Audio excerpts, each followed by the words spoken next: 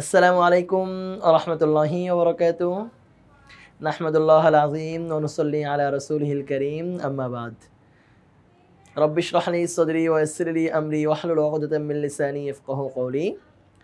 Technique পরিবারের পক্ষ থেকে আমি হুমায়ুন কবির তোমাদের সবাইকে যে যেখান থেকে দেখছো সবাইকে অনেক অনেক শুভেচ্ছা এবং অভিনন্দন জানাচ্ছি। আশা করছি মহান রব্বুল আলামিনের অশেষ রহমতে তোমরা সকলেই ভালো আছো, সুস্থ আছো, ভালোর সাথে আছো। আমি এবং আমরা ভালো আছি, আলহামদুলিল্লাহ, সুস্থ আছি। আমরা আল্লাহ রাব্বুল আলামিনের শুকরিয়া আদায় করছি। রব্বানা লাকাল হামদু ওয়া লাকাশ শুকরু। আমাদের বইয়ের দ্বিতীয় অধ্যায়ের একদম শেষ পাঠ, শরীয়তের আহকাম সংক্রান্ত পরিভাষা। শরীয়তের আহকাম মানে হলো শরীয়তের বিধিবিধান।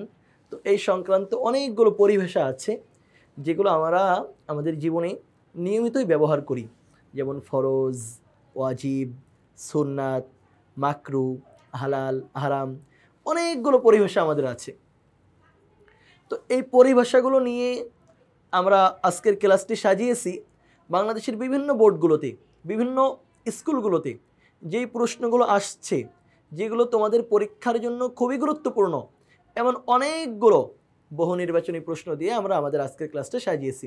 তোমরা দেখতে পাচ্ছ আমার পিছনে লেখা আছে শরীয়তের আহকাম সংক্রান্ত পরিভাষা। তো এখানে অনেকগুলো এমসিকিউ আছে। এটা টাইপ 11-র মধ্যে আলোচনা করা হয়েছে। তো আমরা আলোচনা শুরু করি। শরীয়তের আহকাম সংক্রান্ত পরিভাষা আমাদের একদম প্রথমে যেই প্রশ্নটা করা হয়েছে, দৈনিক 5 ওয়াক্ত সালাত আদায় করা কোন ধরনের আহকাম? ফরজে কিফায়া, যেটা অনেকের মধ্যে কেউ কেউ আদায় করলে সবার পক্ষ থেকে আদায় হয়ে যায়, এমন ফরজে আইন যেটা প্রত্যেক ব্যক্তির উপরে ফরজ, সুন্নতে মুআক্কাদা বা সুন্নতে জায়েদা, কোনটা? 5 ওয়াক্ত নামাজ দৈনিক আদায় করা, এটা হলো ফরজে আইন। সুতরাং এই প্রশ্নের সঠিক উত্তর হলো খ, দৈনিক 5 ওয়াক্ত নামাজ আদায় করা ফরজে আইন। ফরজে আইন বলতে বোঝাই নিত্য প্রয়োজনীয় কাজ, সকলের সম্মিলিত কাজ, প্রত্যেকের উপর পালন করা আবশ্যকীয় কাজ, প্রত্যেকের জন্য পালনীয় সাধারণ কাজ, প্রত্যেকের জন্য পালনীয় আবশ্যকীয় কাজ, যেটা করতেই হবে, ছেড়ে দেওয়ার কোনো উপায় নাই, এমন কাজকেই বলা হয় ফরজে আইন। তো ফরজে আইন এখানে কোনটা? গ নম্বর। সুতরাং এই প্রশ্নের উত্তর হিসেবে আমরা গ নম্বরকে চয়ন করছি, যে ফরজে আইন বলতে বোঝায় যেটা প্রত্যেকের উপরে করা আবশ্যকীয়, কোনোভাবে এটা ছেড়ে দেওয়া যায় না। ছেড়ে দিলেই গুনাহের সম্মুখীন হতে হবে, গুনাহগার হিসেবে সাব্যস্ত হবে। এর পরের প্রশ্ন আমরা দেখি। হ্যাঁ, প্রশ্নের পরের প্রশ্নের দিকে আমরা চলে যাচ্ছি। আমরা পেয়ে গেছি ইসলামী শরীয়তে ফরজে কিফায়া ইবাদত কোনটি? ইসলামী শরীয়তে ফরজে কিফায়া ইবাদত কোনটি? নিচে যেগুলো দেওয়া আছে, ঈদের সালাত, বিতিরের সালাত, জানাজার সালাত, জুমার সালাত। ঈদের সালাত তো ফরজে কিফায়া না, ওয়াজিব। বিতিরের সালাতও ওয়াজিব। জুমার সালাত প্রত্যেক ব্যক্তির উপরেই ফরজ, ফরজে আইন। তাহলে জানাজার নামাজ হলো ফরজে কিফায়া, যেটা কেউ কেউ আদায় করলে সবার পক্ষ থেকে আদায় হয়ে যায়। কোন কাজটি কেউ আদায় না করলে সম্মিলিতভাবে সকলেই দায়ী হবে? বিতিরের সালাত, জানাজার সালাত, তারাবিহের সালাত, ঈদের সালাত। এটাও আমাদের জানা আছে, বিতিরের সালাত। জানাজার নামাজ পড়া কি? জানাজার নামাজ পড়া কোনটা? ফরজে কিফায়া, ফরজে আইন, ওয়াজিব, সুন্নতে কিফায়া। জানাজার নামাজ পড়া হলো ফরজে কিফায়া। সুতরাং এই প্রশ্নের সঠিক উত্তর হলো ক, ফরজে কিফায়া। জামিল মিয়া ছাড়া অফিসের সকলে মৃত হামিদ মিয়ার জানাজায় অংশগ্রহণ করে। এখানে জামিল মিয়ার কাজে ফরজ লঙ্ঘন হয়েছে, ওয়াজিব লঙ্ঘন হয়েছে, সুন্নত লঙ্ঘন হয়েছে, কোনো বিধান লঙ্ঘন হয়নি। জামিল মিয়ার তো এখানে কোনো বিধান লঙ্ঘন হওয়ার কোনো কারণই নাই, কারণ জামিল মিয়া এখানে মানে যেটা সবার উপরে ফরজ না এমন একটা বিধান পালন করে নাই। তাহলে এখানে উত্তর হবে কোনো বিধান লঙ্ঘন হয়নি। কোনটি অস্বীকার করলে কাফির হয় না, তবে বড় ধরনের অপরাধী হয়? ফরজে কিফায়া, ওয়াজিব, সুন্নাত, সুন্নতে মুআক্কাদা। বড় ধরনের অপরাধী সাব্যস্ত হবে ওয়াজিব, কিন্তু কাফের হবে না, এটা হলো ওয়াজিব। ফরজ কেউ যদি অস্বীকার করে, দেখো পালন না করা আর অস্বীকার করা দুইটার মধ্যে পার্থক্য আছে। একজন ব্যক্তি হলো নামাজ ফরজ এটা মানে, কিন্তু সে পালন করে না, এটা সে বিশ্বাস করছে কিন্তু পালন করছে না, এর জন্য সে বড় গুনাহগার হবে, কিন্তু কাফের হয়ে যাবে না। কিন্তু নামাজ যে ফরজ এটা একজন বিশ্বাসই করছে না, তাহলে তাকে মুসলিম বলার কোনো সুযোগ নাই। সে আল্লাহর একটা বিধানকে অস্বীকার করে বসছে। তো আর ওয়াজিবকেও যদি অস্বীকার করে তাহলে সে কাফির হয়ে যায় না, কিন্তু বড় ধরনের অপরাধী হয়। তো এখানে কোনটি অস্বীকার করলে কাফির হয় না কিন্তু বড় ধরনের অপরাধী হয়? ওয়াজিব অস্বীকার করলে কাফির হয় না ঠিক, কিন্তু বড় ধরনের অপরাধী হয়। 144 নম্বর প্রশ্ন আমরা দেখি, ঈদের সালাতের বিধান কি? ফরজ, ওয়াজিব, সুন্নাত নাকি মুস্তাহাব? ঈদের নামাজের বিধান হলো ওয়াজিব। তাহলে এখান থেকে আমরা খ নম্বরটা গ্রহণ করতে পারছি। সালাতে সূরা ফাতিহা পড়া কি ফরজ, ওয়াজিব, সুন্নাতে মুআক্কাদা নাকি সুন্নাতে জায়েদা? সালাতে সূরা ফাতিহা পড়া হলো ওয়াজিব। হাসান রুকু থেকে সোজা হয়ে না দাঁড়িয়ে দ্রুত গতিতে সিজদায় চলে যায়, হাসানের সালাতের কোনটি লঙ্ঘন হয়েছে? ওয়াজিব লঙ্ঘন হয়েছে, কারণ রুকু থেকে সোজা হয়ে দাঁড়ানো এটা ওয়াজিব, এবং দুই সিজদার মাঝখানে সোজা হয়ে বসা এটা ওয়াজিব। এইটা আমরা নামাজ পড়ার ক্ষেত্রে অনেকেই খেয়াল করি না, এটা খুবই একটা নিন্দনীয় কাজ।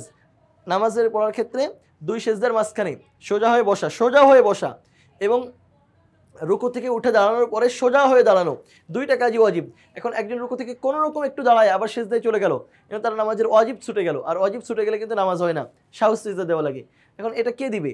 এই জন্য নামাজে রুকু থেকে সোজা হয়ে দাঁড়ানো আমি খেয়াল করছি, আমি দাঁড়ালাম কিনা, এবং দুই সিজদার মাঝখানে সোজা হয়ে বসা আমি বসলাম কিনা, এগুলো খেয়াল করতে হবে, ওয়াজিব বিধান। আচ্ছা, এর পরের প্রশ্ন হলো, নাইমুল ইসলাম আসর সালাত আদায় করেন, তবে তিনি রুকু করার পর সোজা হয়ে দাঁড়াননি, এতে তার কোন কাজটি বাদ পড়েছে? একটু আগেই বললাম ওয়াজিব। রুকুর পর সোজা হয়ে দাঁড়ানোর বিধানটি কি? এটাও বললাম ওয়াজিব। সিয়াম সালাত আদায়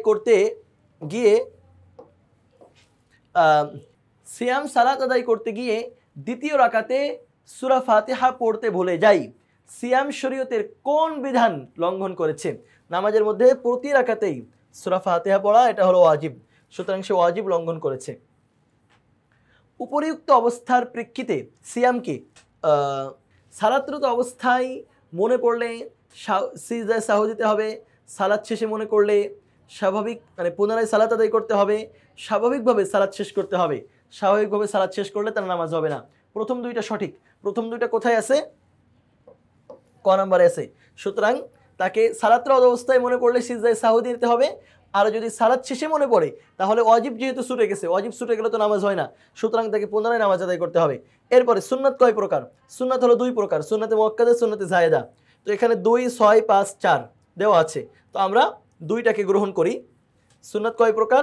সুন্নাত হলো দুই প্রকার। এরপরে প্রশ্নের উত্তরগুলো দেওয়ার জন্য আমাদেরকে পৃষ্ঠার অপর সাইডে যেতে হবে, আমরা চলে যাচ্ছি। জামাত শুরু হওয়ার জন্য ইকামত দেওয়ার বিধানটি হচ্ছে ফরজে আইন, ফরজে কিফায়া, সুন্নাতে মুআক্কাদা, সুন্নাতে জায়েদা। এটা সুন্নাতে মুআক্কাদা, আজান, ইকামত এগুলো সুন্নাতে মুআক্কাদার অন্তর্ভুক্ত। যেসব ইবাদত বা কাজ মহানবী সাল্লাল্লাহু আলাইহি সাল্লাম সর্বদা নিজে পালন করতেন এবং অন্যকে তা পালন করার জন্য তাগিদ দিতেন, তাকে বলা হয় সুন্নাতে মুআক্কাদা, সুন্নাতে গায়রে মুআক্কাদা, সুন্নাতে নফল, ওয়াজিব। রাসূল নিজে পালন করতেন এবং অন্যকে তাগিদ দিতেন, এমন কাজ হলো সুন্নাতে মুআক্কাদা। ফজরের ফরজ সালাতের পূর্বে 2 রাকাত সালাত আদায় শরিয়া হুকুম কি? ফজরের ফরজ নামাজের আগে 2 রাকাত যে সুন্নাত আমরা পড়ি, এই 2 রাকাত আদায়ের শরীয়তের হুকুম কি? এই 2 রাকাতের শরীয়তের হুকুম হলো সুন্নাতে মুআক্কাদা। এখানে তোমাদের মাঝ দিয়ে একটা কথা বলি যে আমরা দৈনিক 12 রাকাত সুন্নাতে মুআক্কাদা নামাজ পড়ি। ফজরের নামাজের আগে 2 রাকাত, জোহরের আগে 4 রাকাত, পরে 2 রাকাত, 6 রাকাত, মাগরিবের পরে 2 রাকাত, আর ইশার পরে 2 রাকাত, এই মোট 12 রাকাত। তো এই 12 রাকাত সুন্নাতে মুআক্কাদার মধ্যে সবচেয়ে গুরুত্বপূর্ণ সুন্নাতে মুআক্কাদা, সবগুলোই তো সুন্নাতে মুআক্কাদা গুরুত্বপূর্ণ, কিন্তু এর মধ্যে সবচেয়ে গুরুত্বপূর্ণ হলো ফজরের আগে আমরা যে 2 রাকাত সুন্নাত নামাজ পড়ি। রাসূলুল্লাহ সাল্লাল্লাহু আলাইহি সাল্লাম এই 2 রাকাত সম্পর্কে বলেছেন, খায়রুম মিনাদ দুনিয়া ওয়া মা ফিহা, দুনিয়া এবং দুনিয়ার মধ্যে যা কিছু আছে তার সব কিছু থেকে এই 2 রাকাত নামাজ উত্তম। এজন্য আমরা কোনো সময় কোনো সুন্নাতে মুআক্কাদা যে 12 রাকাতের কথা বললাম, ফজরের 2 রাকাত, জোহরের 6 রাকাত, মাগরিবের 2 রাকাত, ইশার 2 রাকাত, এই 12 রাকাতের কোনো রাকাতের নামাজই আমরা ছাড়বো না, তবে বিশেষ করে ফজরের নামাজের আগে যে 2 রাকাত আছে। আচ্ছা, এরপরে 155 নম্বরে আমরা যাই।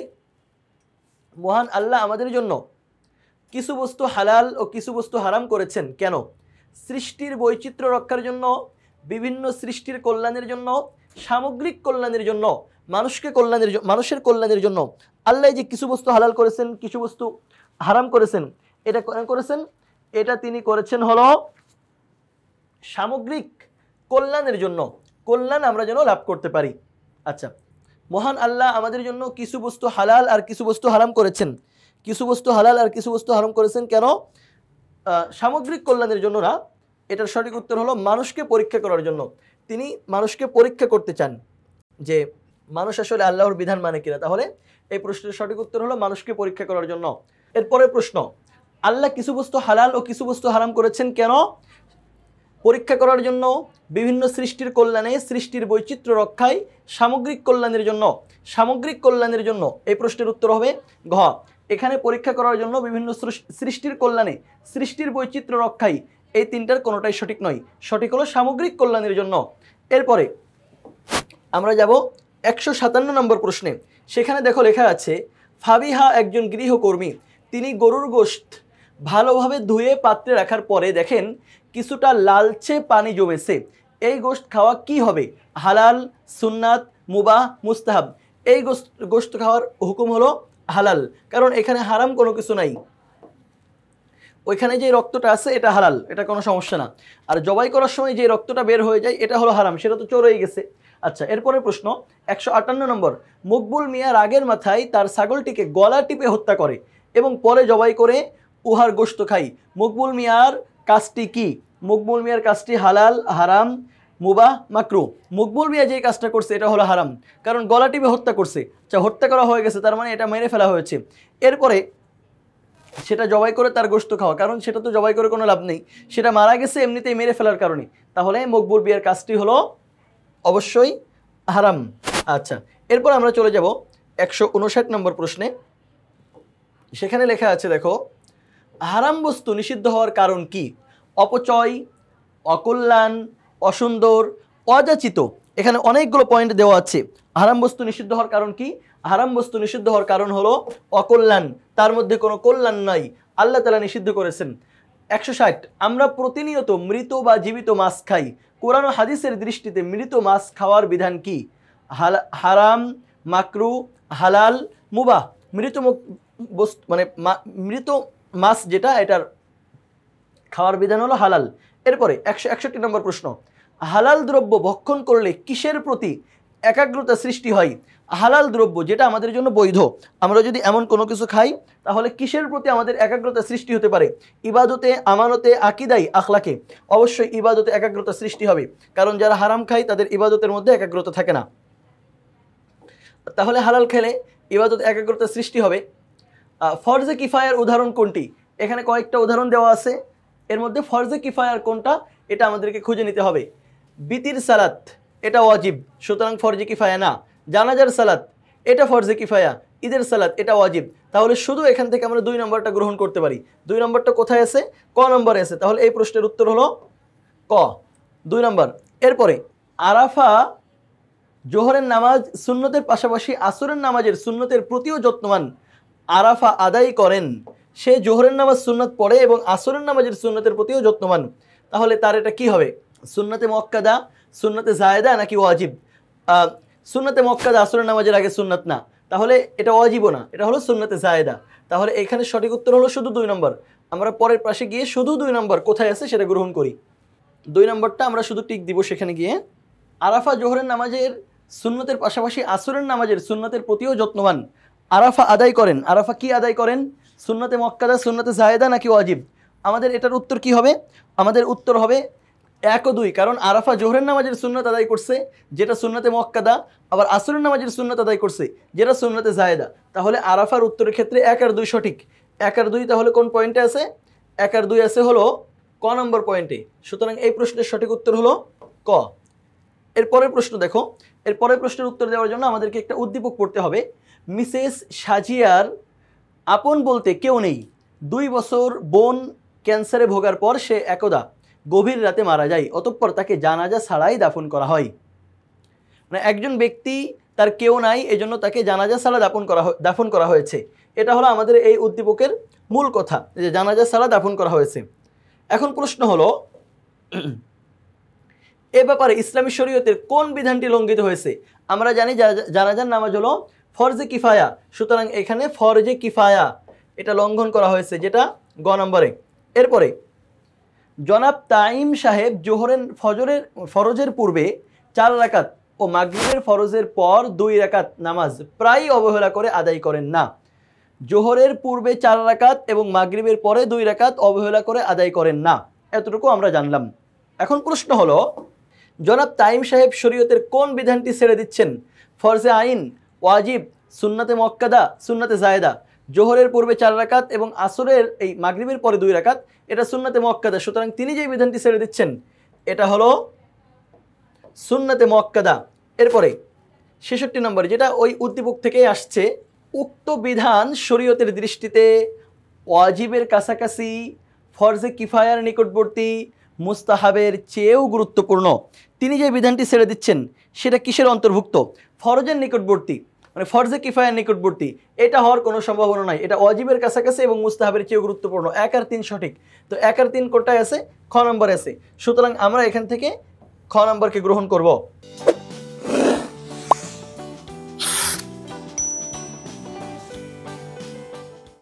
এর পরের প্রশ্ন উত্তর দেওয়ার জন্য আমাদেরকে 2টা উদ্দীপক পড়তে হবে। মিস্টার ক প্রায় সূর্যাস্তের পর 3 রাকাত বিশিষ্ট বাধ্যতামূলক সালাত ছেড়ে দেই। সূর্যাস্তের পরে আমরা কোন নামাজ পড়ি? 3 রাকাত বিশিষ্ট মাগরিবের নামাজ। তার মানে এই উদ্দীপক থেকে আমরা জানতে পারছি মিস্টার ক যেই নামাজ ছেড়ে দিচ্ছে এটা হলো মাগরিবের নামাজ। আচ্ছা, অপরদিকে তার বন্ধু মিস্টার খ একদিন সালাত আদায়কালে রুকু থেকে সরাসরি সিজদায় চলে যায়। প্রশ্ন হলো, মিস্টার ক শরীয়তের কোন বিধান লঙ্ঘন করছে? তিনি যে বিধান লঙ্ঘন করছেন এটা হলো মাগরিবের নামাজ, যা ফরজে কিফায়া, সুতরাং এখানে সঠিক উত্তর হলো ক, ফরজে কিফায়া। এরপরে মিস্টার খর কাজ আমরা কি দেখছিলাম, যে সালাত আদায় করে রুকু থেকে সরাসরি সিজদায় চলে যাই, তার মানে রুকু থেকে উঠে একটা ওয়াজিব কাজ আছে সেটা লঙ্ঘন করছে। এখন আমাদের প্রশ্ন হলো, মিস্টার খ এর করণীয় কি? সাহু সিজদা দেওয়া, পুনরায় সালাত আদায় করা, বাকি সালাত শেষ করা। তিনি কোনটা করবেন? তিনি তো রুকু থেকে উঠে সরাসরি সিজদায় চলে গেছেন, তিনি সাহু সিজদা দিবেন এবং বাকি সালাত আদায় করবেন। আর পুনরায় সালাত আদায় করা তার জন্য মানে জরুরি না, তিনি যদি সাহু সিজদা দেন তাহলে তার নামাজ হয়ে যাবে, সুতরাং এটার সঠিক উত্তর হলো খ। এরপরে নিচের উদ্দীপকটি পড়ে 169 ও 170 নম্বর প্রশ্নের উত্তর দাও। প্রশ্ন, কুরবানির গোশত যথারীতি ধোয়ার পরেও মিসেস খ দেখতে পান যে কিছু রক্ত পানির সাথে বেরিয়ে আসছে, এমত অবস্থায় তিনি উহা রান্না করে পরিবারের সবাইকে নিয়ে খান। আচ্ছা, মানে যথারীতি ধোয়ার পরে তিনি দেখতে পাচ্ছেন যে কিছু রক্ত বের হয়ে আসছে, এরপরে সেটা রান্না করে পরিবারের সবাইকে নিয়ে খান। এখন এখানে আমাদের প্রশ্ন করা হলো যে ওই যে মাংস যেটা রান্না করার পরে খাচ্ছে এটার বিধান কি হবে? উক্ত গোশত খাওয়ার ব্যাপারে ইসলামের বিধান কি? হারাম, হালাল, মাকরু, মুবাহ। এই গোশত খাওয়ার বিধান হলো ইসলামে হালাল। আচ্ছা, এরপরে প্রশ্ন হলো, মিসেস খ এর উক্ত কাজের মাধ্যমে প্রকাশ পেয়েছে হালাল হারাম বিষয়ক জ্ঞানের যথার্থতা, হালাল হারাম বিষয়ক জ্ঞানের অজ্ঞতা, হালাল হারাম বিষয়ে উদাসীনতা, নাকি গোশত খাওয়ার চরম আকাঙ্ক্ষা। এটা কোনটা এখানে প্রকাশ পেয়েছে, যে সে হালাল হারামের ব্যাপারে উদাসীন, নাকি তার জ্ঞানের যথার্থতা আছে, মানে নাকি খাওয়ার আকাঙ্ক্ষার কারণে খাইছে, নাকি জ্ঞান নাই? তার জ্ঞানের যথার্থতা আছে, তিনি জানেন যে এই গোশত খাওয়ার ব্যাপারে কোনো সমস্যা নাই, তাহলে এটার উত্তর আমরা গ্রহণ করে নিব ক, হালাল হারাম বিষয়ক জ্ঞানের যথার্থতা। এরপরের প্রশ্ন, এখানেও আমাদেরকে একটা উদ্দীপক পড়ে 2টা প্রশ্নের উত্তর দিতে হবে। ফাহিম সালাত আদায় করতে গিয়ে রুকু থেকে উঠে সোজা না হয়ে দাঁড়িয়ে সেজদায় চলে যাই। এখানেও আমরা দেখতে পাচ্ছি যে সে একটা ওয়াজিব বিধান, রুকু থেকে উঠে দাঁড়ানো যে ওয়াজিব বিধান, এই ওয়াজিব বিধানকে সে তরক করছে, ওয়াজিব বিধানকে ছেড়ে দিচ্ছে। এখন এই উদ্দীপকের আলোকে আমরা 2টা প্রশ্নের উত্তর এখানে আমাদেরকে দিতে হবে। আমরা চলে যাই প্রশ্নের দিকে। আমরা প্রশ্ন পেয়েছি যে ফাহিম শরীয়তের কোন বিধানটি পরিত্যাগ করেছে? ফাহিম যে বিধানটি পরিত্যাগ করেছে এটা কি? কারণ সে রুকু থেকে উঠে মানে সোজা হয়ে না দাঁড়িয়ে আবার সেজদায় চলে গেছে, সুন্নত তরক করেছে, পরিত্যাগ করেছে মুস্তাহাব, ওয়াজিব নাকি ফরজ? সে যে বিধান পরিত্যাগ করেছে এটা হলো ওয়াজিব। কারণ রুকু থেকে উঠে দাঁড়ানো হলো ওয়াজিব। ফাহিম যে বিধান লঙ্ঘন করেছে তার অনুরূপ বিধান মানে ওয়াজিবের মতো বিধান কি? 2 ঈদের সালাত আদায় করা, বিতিরের সালাত আদায় করা, আজান ও ইকামত দেওয়া। আমরা জানি আজান ইকামত হলো সুন্নাত, কিন্তু উপরের 2টা ওয়াজিব। তাহলে সে যে বিধান পরিত্যাগ করেছে তার অনুরূপ বিধান হলো 2 ঈদের সালাত এবং বিতিরের নামাজ। তাহলে 1 আর 2 যেখানে আছে সেটা সঠিক। 1 আর 2 কোথায় আছে? খ নম্বরে আছে, সুতরাং এটাই সঠিক। এর পরের প্রশ্ন, এখানে উত্তর দিতে হলে আমাদেরকে 2টা প্রশ্নের উত্তর দেওয়ার জন্য একটা উদ্দীপক পড়তে হবে। জনাব আরিফ নিয়মিত সালাত আদায় করেন এবং হালাল ও হারামের পার্থক্য বুঝে হালাল গ্রহণ করে হারাম বর্জন করেন। এটা খুবই ভালো একটা ব্যাপার যে আমরা দেখতে পেলাম উদ্দীপকে একজন ব্যক্তি, তার নাম আরিফ, তিনি নিয়মিত সালাত আদায় করছেন এবং হালাল হারামের পার্থক্য বুঝে হালালটা গ্রহণ করছেন, হারামটা বর্জন করছেন। খুবই ভালো কথা। এখন আমাদের প্রশ্ন হলো, হালাল গ্রহণের মাধ্যমে জনাব আরিফ কি পালন করেন?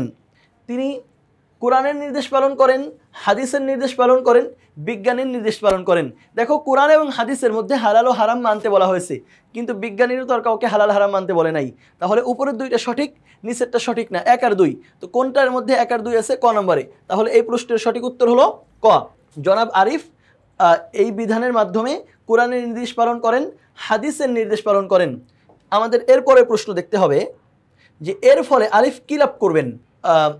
পরকালীন কল্যাণ লাভ করবেন, নূর ও আত্মশুদ্ধি লাভ করবেন, নাকি পবিত্র ও সদ্গুণাবলী লাভ করবেন? তিনি 3টাই লাভ করবেন। হালাল মানে হালাল গ্রহণ করছেন, হারামকে বর্জন করছেন, নামাজ পড়ছেন, তাহলে এর মাধ্যমে 3টাই মানে লাভ করা সম্ভব। তাহলে 3টাই কোথায় আছে? ঘ নম্বরে আছে। সুতরাং এই প্রশ্নের উত্তরে আমরা ঘ নম্বরকে বাছাই করব।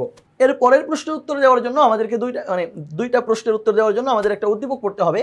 আবুল ফাতাহ একজন চাকরিজীবী, তার অফিসের সহকর্মীরা অবৈধ উপায়ে অনেক সম্পদের মালিক, কিন্তু তিনি অবৈধ পথে না গিয়ে বাড়তি উপার্জনের জন্য রাত জেগে বই লেখেন। তার অফিসের অন্যান্য কলিগ যারা আছে তারা বাড়তি উপার্জনের জন্য অবৈধ পথে যান, কিন্তু তিনি বাড়তি উপার্জনের জন্য অবৈধ পথে না গিয়ে বরং রাত জেগে, সারাদিন অফিস করার পরে আবার রাত জেগে বই লিখছেন। আমরা উদ্দীপক থেকে এতটুকু জানতে পারলাম। এখন আমাদের এখানে প্রশ্ন করা হলো যে আবুল ফাতাহ নামে যেই ব্যক্তি আছে, তিনি হালাল উপার্জনের জন্য এরূপ প্রচেষ্টা, ওয়াজিব, ফরজ, সুন্নাত, নফল, তার এই প্রচেষ্টা হলো ফরজের অন্তর্ভুক্ত। কারণ হালাল ইনকাম করার চেষ্টা করা এটা ফরজ। তলাবু কাসবিল হালাল, এটা মানে হালাল জিনিস অন্বেষণ করা, এটা হলো ফরজ। এরপরে আবুল ফাতাহ এর অবৈধ উপার্জন না করা প্রকাশ্য জিহাদ, অপ্রকাশ্য জিহাদ, তাকওয়ার পরিচায়ক। দেখো, প্রকাশ্য জিহাদ মানে কি? সরাসরি ময়দানে গিয়ে যুদ্ধ করা। তিনি তো এখানে সরাসরি ময়দানে গিয়ে যুদ্ধ করছেন না, এটা প্রকাশ্য জিহাদ না, অপ্রকাশ্য জিহাদ এবং তাকওয়া। তো 2 আর 3 কোথায় আছে? 2 আর 3 আছে গ নম্বরে। তাহলে এই প্রশ্নের উত্তর হিসেবে আমরা গ নম্বরকে চয়ন করছি, যে আবুল ফাতার এই অবৈধ উপার্জন না করা এটা অপ্রকাশ্য জিহাদ এবং তাকওয়ার পরিচায়ক। এরপরের 2টা প্রশ্নের উত্তর দিতে হলে আমাদেরকে আরো একটা উদ্দীপক পড়তে হবে যে আব্দুল কাদের সাহেব ইন্তেকাল করলে এলাকার 200 মানুষের মধ্যে থেকে 50 জন মানুষ জানাজা পড়েন। একটা এলাকা যেখানে আব্দুল কাদের নামে একজন লোক বসবাস করেন, ওই এলাকায় আব্দুল কাদের সাহেব মারা গেছেন। এলাকার 200 জন লোকের মধ্যে মাত্র 50 জন তার জানাজায় গিয়ে উপস্থিত হয়েছেন। অপরদিকে তার ছোট ভাই জিসান স্থানীয় বাজারে নিয়মিত জুয়া খেলে এবং অবৈধ পণ্যের ব্যবসা করে। আচ্ছা, এখন প্রশ্ন হলো, জনাব আব্দুল কাদেরের এলাকার 50 জন মানুষ কোন কাজটি করেছেন? ফরজে আইন, ফরজে কিফায়া, সুন্নতে জায়েদা, সুন্নতে মুআক্কাদা। জানাজার নামাজ হলো ফরজে কিফায়া। সুতরাং আব্দুল কাদেরের এলাকার লোক যেটা করছে সেটা হলো ফরজে কিফায়া। এরপরের প্রশ্নের উত্তরের জন্য আমাদেরকে পৃষ্ঠা চেঞ্জ করতে হবে। আমরা পরের প্রশ্নে যাই।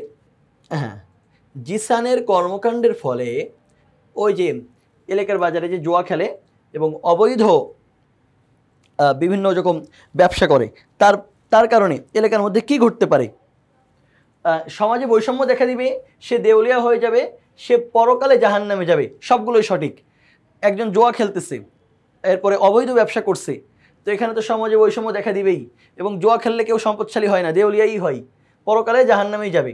তাহলে এই সবগুলোর প্রশ্নের সঠিক যেহেতু, সুতরাং আমরা ঘ নম্বরে যেটা আছে সবগুলো সঠিক, সেটাকে গ্রহণ করছি।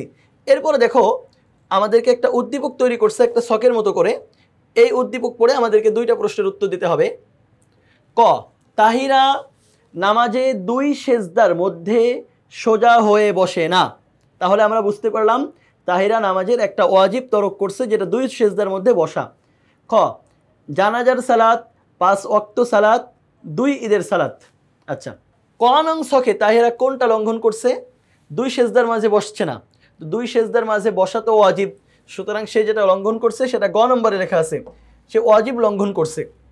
এর পরের প্রশ্ন হলো, খ নং ছকের তথ্য অনুযায়ী আমরা যে শিক্ষা অর্জন করতে পারবো, সবাইকে পালন করা জরুরি নয়, সবাইকে পালন করতে হবে। ঈদের সালাত অস্বীকারী ব্যক্তি কাফির। আমরা কোনটা? ঈদের সালাত তো ওয়াজিব, তো ওয়াজিব অস্বীকার করলে তো কেউ কাফির হয়ে যায় না, কিন্তু সবাইকে পালন করা জরুরি নয়, সবাইকে পালন করতে হবে, এই দুইটা আমরা ওখান থেকে শিখতে পারবো। তাহলে 1 আর 2 সঠিক, সুতরাং আমরা এই প্রশ্নের উত্তর দিব যেখানে 1 আর 2 সঠিক দেওয়া আছে, সুতরাং ক নম্বর হবে এই প্রশ্নের উত্তর। এরপরে ওয়াজিবের বৈশিষ্ট্য হলো, এখানে 3টা বৈশিষ্ট্য দেওয়া আছে, তোমাকে বলতে হবে এর মধ্যে ওয়াজিবের বৈশিষ্ট্য কোনটি। ওয়াজিব অস্বীকার করলে কাফির হয়ে যায়, আমরা জানি ওয়াজিব অস্বীকার করলে কেউ কাফির হয় না, সুতরাং প্রথম বৈশিষ্ট্য এটা সঠিক নয়। ওয়াজিব পালন না করলে কঠিন গুনাহ হয়, অবশ্যই গুনাহ হয়। সালাতের মধ্যে ওয়াজিব ছেড়ে দিলে সাহু সিজদা দিতে হয়, অবশ্যই। তাহলে 2 এবং 3 সঠিক। 2 আর 3 কোথায় আছে? গ নম্বরে আছে, সুতরাং আমরা এই প্রশ্নের উত্তর দিব গ নম্বরে, যে ওয়াজিবের বৈশিষ্ট্য হলো ওয়াজিব পালন না করলে কঠিন গুনাহ হয় এবং সালাতের মধ্যে ওয়াজিব ছেড়ে দিলে সাহু সিজদা দিতে হয়। আচ্ছা, তো আমরা যে আলোচনাটা করছিলাম সেটা হলো শরীয়তের আহকাম সংক্রান্ত পরিভাষা। তো এই আলোচনা আমাদের শেষ হলো এবং এই আলোচনার মধ্য দিয়ে আমরা নবম ও দশম শ্রেণীর ইসলাম শিক্ষা বইয়ের এমসিকিউগুলো শেষ করলাম।